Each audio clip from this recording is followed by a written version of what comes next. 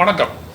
வணக்கம். இந்த ஈரோடு கிழக்கு தொகுதி இடைத்தேர்தலை பொறுத்தவரை அரசியல் கட்சிகளிடையே இப்பொழுது ஒரு பரபரப்பு தொற்றிக் கொண்டிருக்கிறது. ஏனென்றால் 2026 சட்டமன்ற பொதுத் தேர்தலுக்கு முன்னதாக ஒரு 15 மாதங்களுக்கு முன்பாக இந்த இடைத்தேர்தல் நடைபெற உள்ள சூழ்நிலையில் தற்போது இங்கு ஒரு 5 முனை போட்டி நிலவுமா, அல்லது இந்த இடைத்தேர்தலை பொறுத்தவரை இங்கு தவேக மற்றும் அதிமுக உள்ளிட்ட கட்சிகள் இந்த தேர்தலை புறக்கணிக்குமா என்ற ஒரு கேள்வியும் எழுந்திருக்கிறது. ஏனென்றால் அதிமுகவை பொறுத்தவரை 10ஆம் தேதி வேட்புமனு தாக்கல் தொடங்குகிறது. 11ஆம் தேதி மாவட்ட செயலாளர்கள் ஆலோசனை கூட்டம் என்று அறிவித்திருக்கிறார்கள். இதனால் விக்கிரவாண்டி தொகுதி தேர்தலை போல அதிமுக இந்த தேர்தலை புறக்கணிப்பதற்கான வாய்ப்பு இருக்கிறதா? ஏனென்றால் கொங்கு மண்டலத்தில் எடப்பாடி தொகுதிக்கு அருகில் நடைபெறக்கூடிய இந்த இடைத்தேர்தலானது இந்த சட்டமன்ற பொதுத் தேர்தலுக்கு ஒரு முன்னோட்டமாக தனது பலத்தை நிரூபிப்பதற்கான ஒரு முக்கியமான ஒரு தேர்தலாக முக்கிய எதிர்க்கட்சியாக இருக்கக்கூடிய அதிமுகவுக்கும் இருக்கிறது. இதே போல புதிதாக கட்சி தொடங்கியுள்ள நடிகர் விஜயின் அந்த தமிழக வெற்றி கழகத்திற்கும் அந்த பொறுப்பும் மற்றும் அந்த எதிர்பார்ப்பும் இருக்கிறது. இந்த 2 கட்சிகளும் இந்த புறக்கணிப்பு அரசியலை ஒருவேளை நடத்தினால் அது சரியான அணுகுமுறைதானா, அல்லது தேர்தல் அரசியலில் வெற்றியும் தோல்வியும் வீரனுக்கு அழகு என்று தேர்தல் களத்தில் மக்களை சந்திப்பது தான் சரியானதா? ஒரு மூத்த பத்திரிகையாளராக அரசியல் விமர்சகராக என்ன கருதுறீங்க சார் நீங்க? இல்லை, பொதுவாக இடைத்தேர்தலை பொறுத்த வரைக்கும் தமிழ்நாட்டில் அந்த இடைத்தேர்தல் நடக்கக்கூடிய எந்த இடமாக இருந்தாலும் சரி, தமிழக மக்கள் அதை பெரிதாக பொருட்படுத்துறது இல்லை, சீரியஸாக எடுத்துக்கிறது இல்லை அப்படின்னு சொல்லலாம்.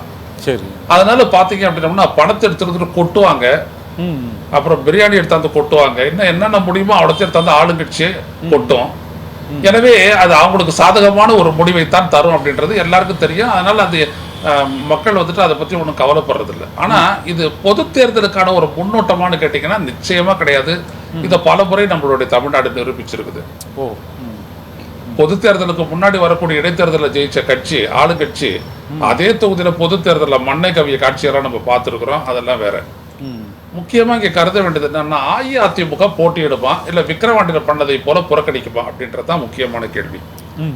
நிச்சயமாக விக்கிரவாண்டியில் செய்த தவறை அஇஅதிமுக ஈரோடு கிழக்கில் செய்யாது. நிச்சயமாக அவர்கள் போட்டியிடுவார்கள். என்ன காரணம் என்னங்கன்னா, முதல்ல இப்போ அந்த சமீபத்தில் போஸ்ட் விஜய் அரசியலுக்கு நுழைஞ்சதுக்கு பிற்பாடு பாத்தீங்கன்னா அதிமுகவினுடைய அந்த போக்கில் செயல்பாட்டில் ஒரு வேகம் தெரிகிறது. வேகத்தை கூட்டி இருக்கிறார் எடப்பாடி பழனிசாமி. நிறைய போராட்டங்கள், கருத்து, சட்டப்பேரவை எல்லாம் பாத்தீங்க அப்படின்னா கடுமையான ஒரு மோதல் எல்லாம், வாத பிரதிவாதங்கள்லாம் கடுமையா இருந்துச்சு. இப்படிப்பட்ட சூழல்ல அவருக்கு ஒரு இது புரி, இப்ப திமுகவுக்கு எதிரான அதிருப்தி, அது எவ்வளவு வாக்குகளா இருந்தாலும் அது தங்களுக்கு கிடைக்கணும்.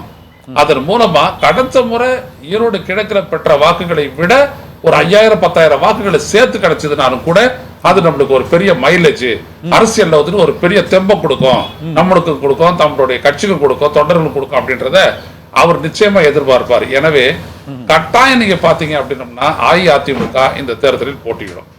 எனவே இது திமுக அதிமுக வர்சஸ் திமுக கூட்டணி அப்படின்ற அளவுக்கு அது போகும்.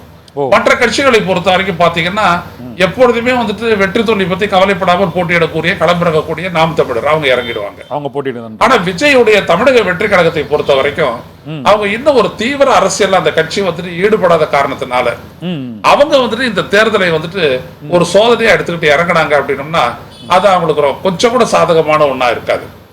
எனவே அவங்க இதை ஒரு இந்த தேர்தலை அவங்க கண்டு கொள்ள மாட்டார்கள் என்றுதான் நான் நினைக்கின்றேன். அப்படியே விட்டுடுவாங்க. ஏன்னா இதனால எதுவும் ஆக போறது இல்ல.